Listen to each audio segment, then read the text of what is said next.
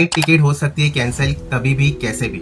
अभी हुआ हाल ही में ये है कि एविएशन कंपनीज जितने भी एयरलाइंस कंपनी है उन्होंने सरकार से अपील करी है कि ईटीएफ के प्राइस को रिड्यूस करे, उसका प्राइस अफोर्डेबल बनाए। ईटीएफ स्टैंड करता है एविएशन टर्बाइन फ्यूल।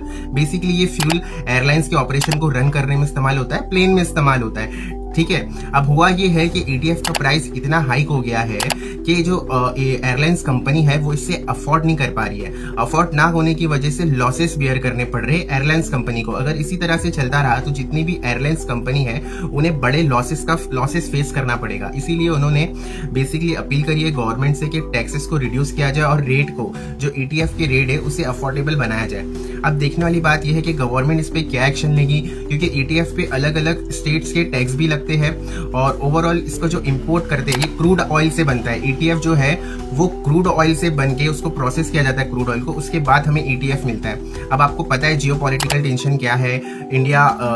इंडिया के साथ अभी जो ईरान के रिलेशन है वो अभी नॉर्मल हो ही रहे हैं। इतने में आप देख सकते हो यूएसए और ईरान की वॉर चल रही है, उसमें इसराइल का भी एक बड़ा रोल है। और स्टेट ऑफ हार्मोन जो मेन चीज़ है वो अभी तक प्रॉपर ओपन नहीं हो पाया, तो उस वजह से पूरा जो चेन है वो डिस्टर्ब हो रहा है। अब देखने वाली बात यह है कि कितने जल्दी गवर्नमेंट इस पर क्या टेक लेती है और गवर्नमेंट का क्या स्टेप होता है इसको कंट्रोल करने के लिए। ओवरऑल अगर आप बात करो तो ये एक पीक सीजन है, यहाँ पर फैमिलीज वगैरह ज़्यादा ट्रैवल करते हैं समर्स में, तो डिमांड ज़्यादा होती है एयरलाइंस के पास। ज़्यादा लोग आते हैं ट्रैवल करने के लिए एयर रूट से।